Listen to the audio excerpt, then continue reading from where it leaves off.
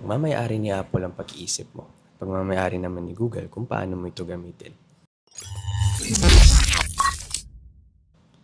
Ang mga pinakamalalaking tech companies sa mundo ang nagmamayari nito at ipapahiram nila ito ulit sa iyo kapalit ng halaga at mga kondisyon na magtatali sa iyo sa kanila. Noong 1998, ang mga pilosopong sina Andy Clark at David Chalmers ay may teoryang tinatawag na extended mind thesis. Sabi nila, ang teknolohiya ay hindi lamang gamit, kundi karuktong na ng mga pag-iisip natin.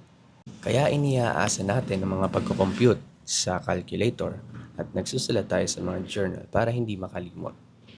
Pero sa panahon ngayon, ang mga cellphone na nasa mga bulsa natin ay ang mas pinatinding extended mind thesis ni Clark at Chalmers.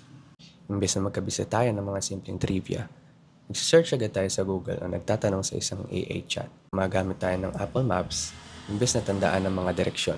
Nag-aantay tayo kung ano ang sinasabi ng mga kaibigan natin o ng mga paborito nating influencers bago pa man tayo bumuo ng sarili nating opinion. Pero ito ang nakababahala at importanteng pagkakaiba. Pag bumili ka ng journal o ng calculator, sa'yo yun, pagmamayari mo yun. Pero ang makabagong teknolohiya ay maaari mo lamang hiramin. Minsan ito ay tahasan. Pag di ka nagbayad ng cloud storage, mawawala ang access mo sa mga pictures mo ng mga nakaraan. At minsan, simple lang ito. Pag di ka nag-login o di mo napanood ang mga latest na video o di kaya naman hindi mo napansin ang isang app, mawawalan ka ng contact sa mga kaibigan mo. Mawawalan ka ng muwang sa mundo. Pero simple lang din ang solusyon. Bawiin mo ang pag-iisip mo.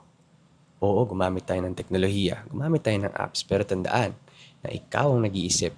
Ikaw ang dapat na nagmamay-ari ng mga bagay na makapagpapabago ng buhay mo. At hindi mo kailangan magbayad sa isang company para lang magamit ang sarili mong pag-iisip. Kayo, ano ang mga apps o teknolohiya na ginagamit ninyo para ma-extend ang mga sarili ninyong mga pag-iisip?